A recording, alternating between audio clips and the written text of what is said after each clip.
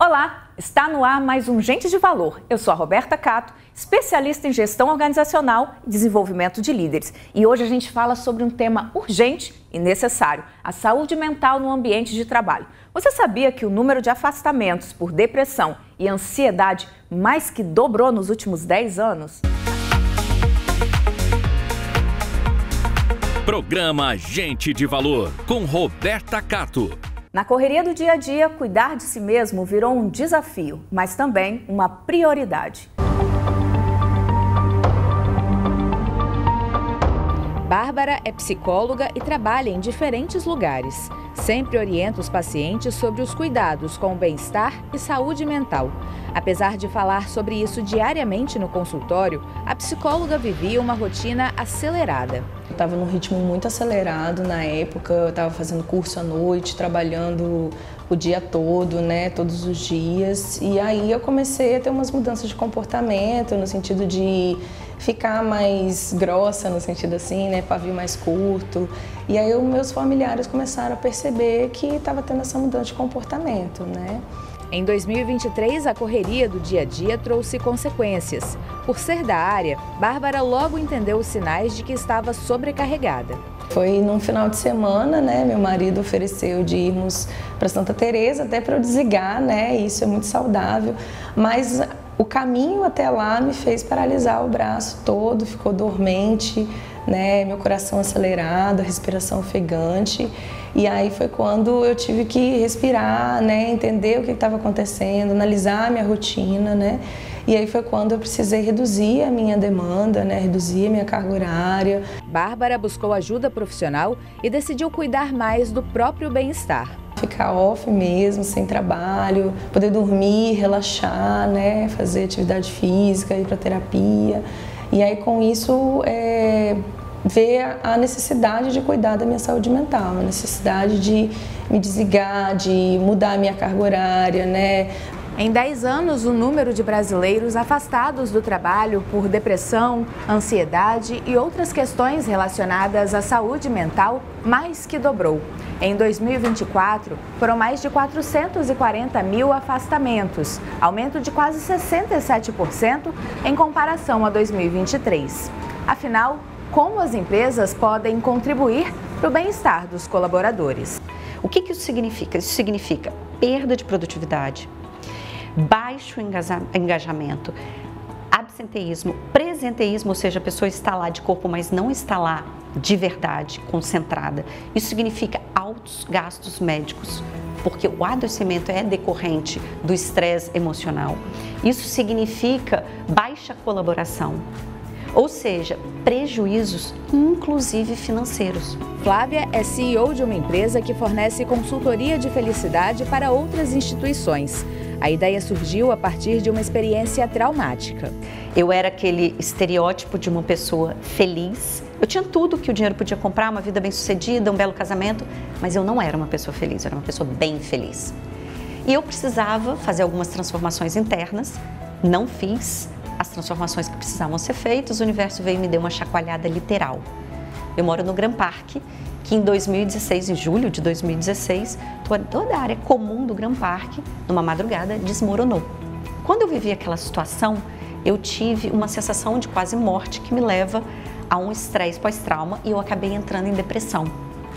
Entro em depressão, sou medicada, procuro um médico, faço todo o tratamento, mas em paralelo eu começo a pesquisar como que eu poderia sair da depressão e ser mais feliz. Há 2 anos, a Flávia presta assessoria para essa empresa de contabilidade. O objetivo é aumentar a percepção de bem-estar e felicidade entre os colaboradores, prevenir o adoecimento mental e garantir o reconhecimento de Happy Place to Work. Nós fazemos uma pesquisa, é um instrumento reconhecido que analisa o bem-estar subjetivo no trabalho. Fazemos antes e após cada ciclo. Então, começamos com uma pesquisa. Iniciamos capacitando, treinando embaixadores. O que são esses embaixadores? Eles são os multiplicadores. São os membros da empresa que ajudam a pegar todo esse conhecimento e multiplicar aqui dentro. Por quê? Não basta ter o conhecimento, porque nós ensinamos diversas habilidades que juntas constroem uma percepção de vida mais positiva. Jane é uma das colaboradoras. Garante que o local de trabalho sempre foi agradável, mas que o programa ampliou a motivação do time. O nosso relacionamento mudou muito, nós conseguimos agora estar mais próximos, mais engajados, né? O clima realmente ele dá uma mudada, né?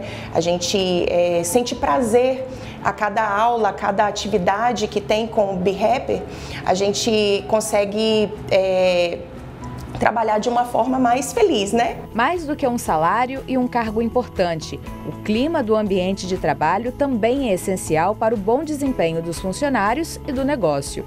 Por isso, a atenção à saúde mental deve ser uma preocupação de todos.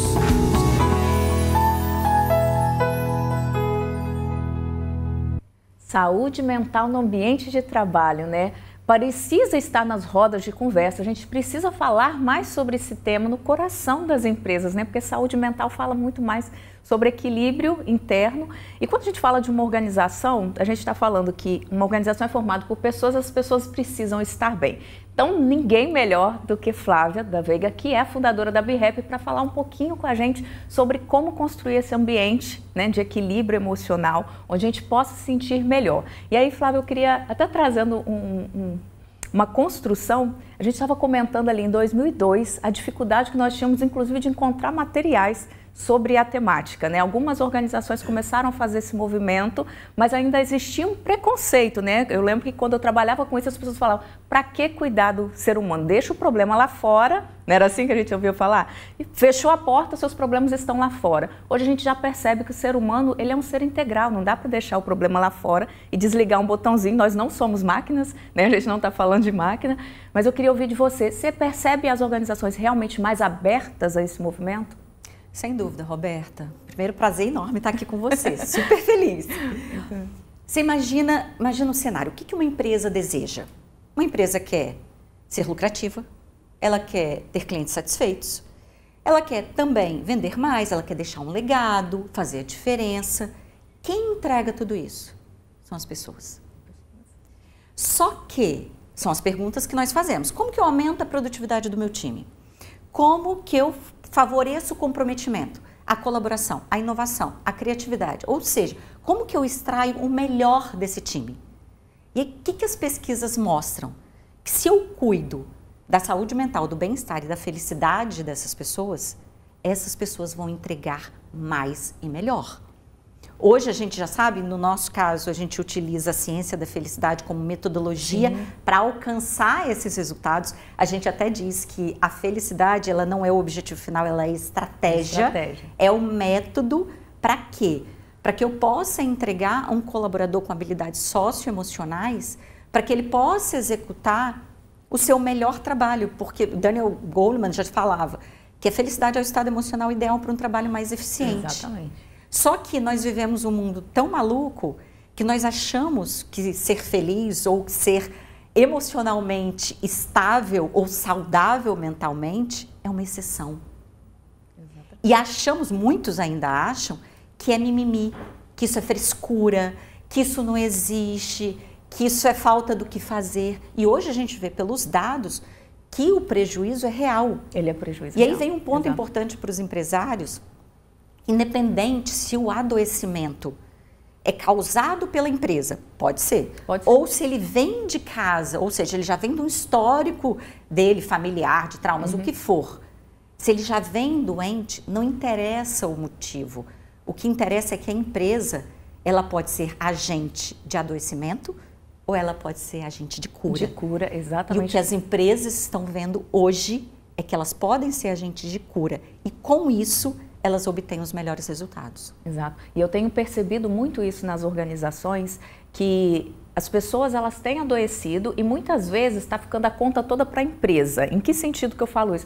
Eu estou com um processo aqui de adoecimento mental, a culpa é da empresa. E quando a gente começa a trabalhar nesse colaborador, a gente vai percebendo que nem sempre é responsabilidade da empresa. Às vezes ele vem de casa, é um problema no relacionamento, é com filhos, é uma questão financeira que naquele momento está impactando a organização da casa. e impacta, a gente passa a dormir menos, está preocupado, gera uma ansiedade. Ou seja, a organização, quando ela começa a entender sobre isso, ela começa a criar meios de tratar, né, e fazer com que o colaborador entre nesse movimento de felicidade, que a gente sabe que quando ele está feliz, ele está no flow. Né? Quando a gente está feliz, a gente não percebe a hora passar, a gente fica contando a hora de ir embora, porque a gente está satisfeito, isso aumenta a produtividade. Aí vem uma pergunta que eu percebo que é feita com muita frequência. Ah, Roberto, mas isso é para as grandes empresas. É para a grande empresa? Ou, Flávia, qualquer organização pode começar a conduzir ações de melhora na saúde mental? Pode e deve. Pode e deve, porque ela vai crescer, primeiro, de uma forma saudável. De uma forma saudável e sustentável. Porque você imagina, a gente vem de uma cultura, e eu sou dessa época, de produtividade a qualquer custo. Ou seja, a gente matava a galinha de ovos de ouro. A gente extraía, e isso a gente percebe que não é sustentável. A gente não aguenta mais, o ser humano não suporta mais, por mais que ame o que faça. Sim. Tanto que a gente vê casos de burnout com pessoas que amam o que fazem, sentem prazer, mas elas se entregam de uma tal forma que elas não encontram o equilíbrio. Exato. E quando a gente traz essa perspectiva para dentro da empresa, por exemplo, através do programa, a gente deixa claro, inclusive, o papel de protagonista do indivíduo. Perfeito. Ou seja, a gente coloca nas mãos do indivíduo a responsabilidade pela a sua saúde mental e felicidade. É claro que um ambiente de trabalho tóxico impacta diretamente. Tanto que, por exemplo, um líder tóxico impacta mais na saúde mental que, inclusive, o terapeuta. Tamanho o impacto que existe. Mas, como a gente traz essa perspectiva de protagonismo, coloca o indivíduo naquela posição assim, ok, já entendi da minha responsabilidade e já entendi o que eu preciso fazer a partir daí. Sim. O que a empresa precisa fazer é dar as ferramentas, esclarecer, dar as ferramentas, tornar a empresa um palco, capacitar seus líderes para que a saúde mental possa florescer. E com isso, mais uma vez, obter melhores resultados. E é interessante porque a gente consegue correlacionar isso com outras questões ligadas à gestão de pessoas, né? Uma é a questão do conflito geracional, né? Você falou do adoecimento por conta do resultado a qualquer custo. O jovem, ele não quer mais isso. Não. Então, quando ele percebe que o resultado a qualquer custo e que vai gerar um adoecimento mental, ele já não quer fazer parte daquela organização. Então, as organizações têm trazido, inclusive, o cuidado com a saúde mental como parte da cultura organizacional para que se torne atraente e retenha os melhores talentos, né? E quando a gente fala também sobre essas questões, é interessante a gente trazer uma pauta que eu vejo que muita gente fala sobre como cuidar, mas pouca gente tem trabalhado sobre como educar as pessoas. Nós não fomos educados sobre saúde mental, inteligência emocional, né? Quando eu vejo as escolas hoje já têm isso dentro da pauta, já começam a discutir as competências socioemocionais, né? A minha filha, por exemplo, ela teve inteligência emocional como pauta. Eu falei, que maravilha. Eu só fui conhecer isso quando eu fui fazer uma formação de inteligência emocional. Inclusive, o Daniel Gulliver foi um professor e foi incrível porque eu falei, nossa, se eu soubesse disso há muito tempo atrás, eu provavelmente teria uma vida muito mais equilibrada emocionalmente. Porque no final das contas, nós somos seres emocionais, né? Exatamente. Eu falo que todas as decisões partem daí. Agora, como é que as empresas têm trabalhado isso no processo de educar as competências socioemocionais dos colaboradores? Tem ação para isso? Dá para ajudar? Sem dúvida, sem dúvida. Por exemplo, no nosso caso, a gente faz uma série de treinamentos de capacitação, tanto através de palestras, quanto a gente tem uma plataforma de tecnologia, a gente tem uma trilha gamificada e a gente vai ensinando essas habilidades socioemocionais a partir de pequenas pílulas diárias de conhecimento. Por quê? Porque o que é uma coisa importante? Você tem um lado, a educação. Sim. Só que o conhecimento sem a prática não funciona. Não funciona. E o que a gente vê, principalmente, algumas empresas cometem esse erro. Por exemplo, elas fazem um treinamento. Aí as pessoas ficam super empolgadas. Uma semana depois todo mundo já esqueceu. Todo mundo de volta. Até porque a gente está falando de mudança de comportamento, né? Mudança de comportamento não é. Então, mudança de cultura não acontece em fórmula mágica. Então, assim, não acreditem em fórmulas mágicas. Não. Porque as mudanças, para que elas sejam sustentáveis e realmente eficazes, elas precisam de médio e longo prazo. Então, você precisa gerar o conhecimento, mas você precisa gerar a prática. A prática e trazer a questão da atitude do protagonismo, né? O colaborador precisa tomar consciência de que ele faz parte dessa mudança. Sim, a gente teve um caso, por exemplo, de um colaborador que sofria de diabetes e ele precisou amputar a perna. E foi super triste, trágico. Depois, ele percebeu, depois que ele participou do programa, ele percebeu o quanto que ele havia, e ele culpava a empresa, o quanto que ele havia sido negligente com ele próprio. Por quê? Porque a empresa, claro, ela vai dar a ferramenta, vai ser o palco, vai capacitar os líderes, vai fazer tudo que estiver ao alcance. Mas praticar, tornar aquilo, vamos dizer, uma atitude, um hábito no dia a dia, cabe ao colaborador. Fazer essa escolha, por exemplo, atividade física, que é uma coisa básica de saúde mental. Eu até brinco, eu falo, gente, atividade física não é para ficar saradinho, é para não matar o coleguinha do lado. Então, vai fazer atividade física. Por mais que a empresa ofereça os planos, academia, a conscientização, se o indivíduo não for, não vai funcionar. Exatamente. Por isso que é um trabalho conjunto. Muito bom, muito bom. E aí, diante desse universo que a gente está discutindo aqui, o papel das empresas, o que a gente pode fazer enquanto consultoria para as organizações, mas como é que está o colaborador? Como é que as pessoas têm percebido a saúde mental nas organizações? Para entender um pouquinho, nós fomos às ruas saber como é que anda a saúde mental dos capixabas. Vamos ver? A gente trabalha muito, no geral, né? Então, dosar isso, às vezes a gente não se percebe trabalhando muito. Às vezes a gente tem um fator externo de pressão para trabalhar muito. Então, se a gente não estiver muito atento a gente não se percebe e entra nessa maré muito intensa, assim, e se perde mentalmente. Eu trabalho em hotelaria. Sim. Hotelaria não tem chave. Então, assim, é 24 horas todos os dias. Você não está bem para trabalhar, então você também não dará um bom atendimento. É mais ou menos assim, você precisa cuidar dos seus colaboradores, que eles cuidarão dos seus clientes. Essa necessidade que a gente tem mesmo, né, financeira, que acabou me fazendo trabalhar de forma excessiva, que acabou por me levar num esgotamento mesmo, sabe? Foi um processo difícil, longo, e depois de viver isso, hoje eu me preocupo e priorizo muito a minha saúde mental. Muito bom, né?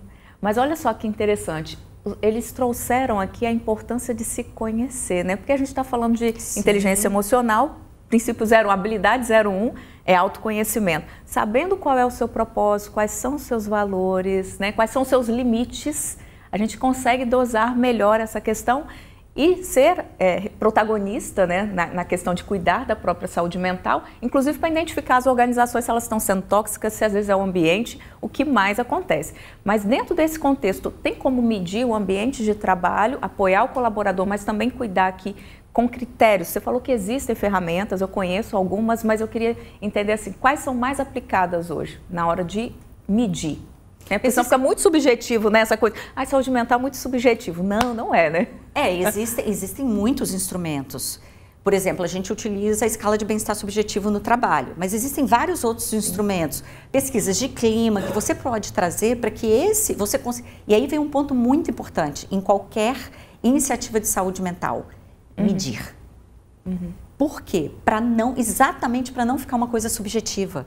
Porque tem gente que acha que saúde mental, bem-estar e felicidade no trabalho, vamos colocar uma mesinha de sinuca, um videogame, um puff colorido, e a grama sintética, está tudo resolvido. Está todo mundo feliz, choppzinho, geladeirinha de Heineken liberada. Não é absolutamente nada disso. Isso é mascarar, isso é maquiagem. Então, medir as ações é muito importante. Por quê? Isso é mensurável. É claro que a gente está falando de bem-estar subjetivo, é a percepção do indivíduo sobre o bem-estar. Mas medir é uma etapa fundamental, porque o que você mede, você gerencia. E aí você consegue fazer trabalhos de melhoria contínua e fazer intervenções para que você possa aprimorar as ações que estão sendo feitas. Perfeito. Agora, trazendo, porque eu gosto sempre de fazer esse olhar mais 360, a gente tem falado muito das ações, da responsabilidade da empresa, mas vamos pensar no colaborador, né, que são às vezes as pessoas que estão assistindo e falam assim, ok, na minha empresa não tem ação nenhuma, né, não tem esse projeto, não tem selo, não tem isso. Como é que eu cuido de mim? Como é que eu começo a tomar ações de responsabilidade que são minhas? Eu percebo, por exemplo, que conversando com algumas pessoas, elas não têm clareza do que é importante para elas. Elas muitas vezes estão buscando um emprego só pelo salário. É lógico que a gente não vai ficar num papel demagógico, né, de escolher fazer só o que ama. A gente precisa pagar boleto, eu falo, né? A gente adulto precisa pagar boleto. Mas como é que eu tento gerenciar as minhas emoções? Não estou falando para aquela pessoa que está em casa, que fala, olha, eu estou aqui, não tem na empresa, como é que eu cuido de mim? Então, se você pudesse trazer alguns exemplos, assim, olha, para você cuidar de você, qual é o primeiro passo? O que você pode fazer? E até para identificar se esse lugar me causa adoecimento, as decisões que eu preciso tomar, porque afinal eu sou responsável pela minha saúde mental. Né? Eu queria ouvir de você. Eu acho que o primeiro ponto é entender que, por exemplo, a felicidade é uma habilidade que pode ser aprendida, desenvolvida. Não tem fórmula mágica, não é algo que cai do céu, não é reservado aos sortudos e afortunados. Qualquer um pode escolher. E por que eu uso a palavra escolha? Porque é uma escolha. Sim.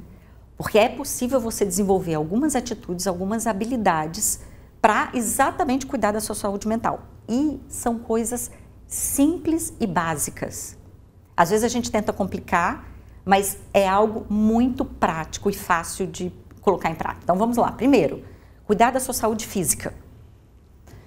O básico, a tríade: sono, alimentação, movimento, atividade física. Higiene mental, serotonina. Exatamente. Exatamente. Às vezes as pessoas reclamam, estão tristes, deprimidas, elas estão comendo mal. Às vezes é serotonina produzida no intestino. Eu só como porcaria, eu acho que eu estou em depressão. Você não está em depressão, você está comendo mal. Você está sem dormir, privação de sono, cortisol afeta, cortisol lá em cima, esquece, você vai ficar com mais irritação. Atividade física é o melhor preventivo de depressão, é a prática da atividade física. Porque existe uma via de mão dupla, cérebro e corpo. Todos os estudos da neurociência mostram que movimentar o corpo ajuda drasticamente a prevenir a ansiedade, a depressão, a raiva. Então, atividade física. Segundo, uma outra prática que é muito simples, é quase simplória, mas que tem um efeito gigantesco. A prática da gratidão. Eu sei que a palavra gratidão parece conselho meloso de livro de autoajuda. Papo de coach, ficou meio de motivacional, mas gratitude. Mas quando a neurociência estuda a gratidão, o efeito da gratidão no cérebro, ou seja, você ter a perspectiva, nós temos a tendência de focar no que nos falta. A gratidão nos mostra o quanto nós já temos em abundância. Então você muda o olhar, porque na realidade a felicidade é uma perspectiva, é uma forma de você enxergar. Eu dou exemplo, tem gente que ama chuva, tem gente que odeia chuva. A chuva em si, ela é boa ou ruim, ela é neutra. Mas cada um tem uma perspectiva diferente sobre diversas coisas. Então a prática da gratidão é uma dica prática. Escreva diariamente as 3 bênçãos. 3 coisas que aconteceram positivas no seu dia, coisas diferentes. A terceira prática, que também é muito simples e que nós fomos moldados biologicamente para fazer, é fazer o bem. É a prática da gentileza, da bondade, da caridade, do servir ao próximo. Esse é um dos fatores assim, mais impactantes da nossa felicidade. E a gente também, no nosso dia a dia, na nossa loucura, na nossa pressa, a gente esquece de fazer. Uma outra prática que é muito importante é cuidar das relações. Cuidar das relações. E se a gente traz para o dia a dia, né, a gente precisa perceber que dá para ser grato, não custa dinheiro, caminhar na praia não custa dinheiro. Exatamente. Né? E fazer o bem também, porque às vezes não é sobre material, às vezes é a capacidade de ouvir alguém que precisa ser ouvido, já é fazer o bem. Às vezes é um sorriso, às vezes é uma palavra, às vezes é contribuir com um colega de trabalho. Todas essas atitudes, todas são gratuitas. E todas podem ser praticadas no dia a dia. Você não precisa esperar as férias para ser feliz. Não é? E olha só, gente, não dá para passar por esse programa sem aprendizados. Então fica aqui, a gente vai pro break e já volta.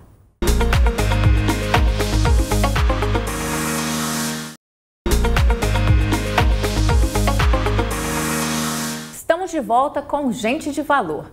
E aqui eu queria entender dentro dessa discussão complexa e completa, porque a gente falou sobre dicas, falamos sobre a responsabilidade das organizações, a importância de se cuidar de saúde mental. Então teve muito aprendizado. Qual é a maior lição que você poderia nos deixar hoje? A maior lição, se a gente for olhar na perspectiva do indivíduo, é não espere uma vida perfeita para ser feliz. Essa vida não existe. Infelizmente, não controlamos a perda, a maldade, o tempo, a dor, não controlamos as circunstâncias. mas nós podemos controlar a forma como nós reagimos a tudo isso. E é nesse controle que está o nosso poder. O poder de não permitir ser vítima das circunstâncias, de ser o que me aconteceu, mas de escolher o que eu quero me tornar a partir de todos os acontecimentos. E para o empresário, eu acho que minha principal mensagem é: invista em saúde mental, felicidade. Por quê? Porque dá resultado. Porque pessoas mais felizes são pessoas mais saudáveis, mais engajadas, mais criativas, mais produtivas. Eu brinco que gente feliz não enche o saco. Pessoas felizes são seres humanos melhores. E todos nós queremos estar ao lado, conviver com pessoas mais felizes. São essas pessoas que vão entregar mais resultados e são essas pessoas que vão levar a humanidade a um outro patamar.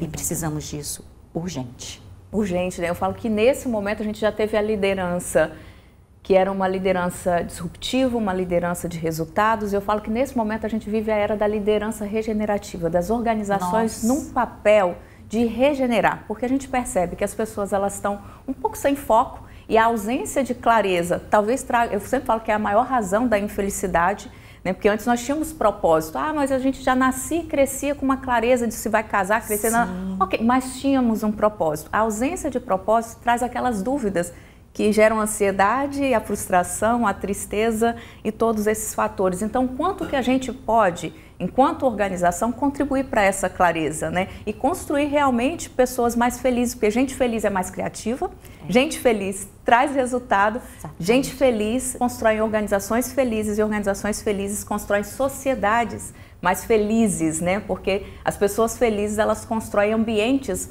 de respeito e de troca, né? Eu acho que esse é o grande ganho. Então, gente, obrigada à nossa convidada, Flávia. Foi um papo que poderia durar horas aqui falando sobre esse assunto, né? Foi uma delícia. Que é muito bom, muito leve. E eu acho que é isso que é importante, trazer a saúde mental não como problema, mas como leveza. Então, te espero na próxima temporada para discutir sobre gestão de pessoas. Afinal, todas as organizações são formadas por pessoas e gente de valor.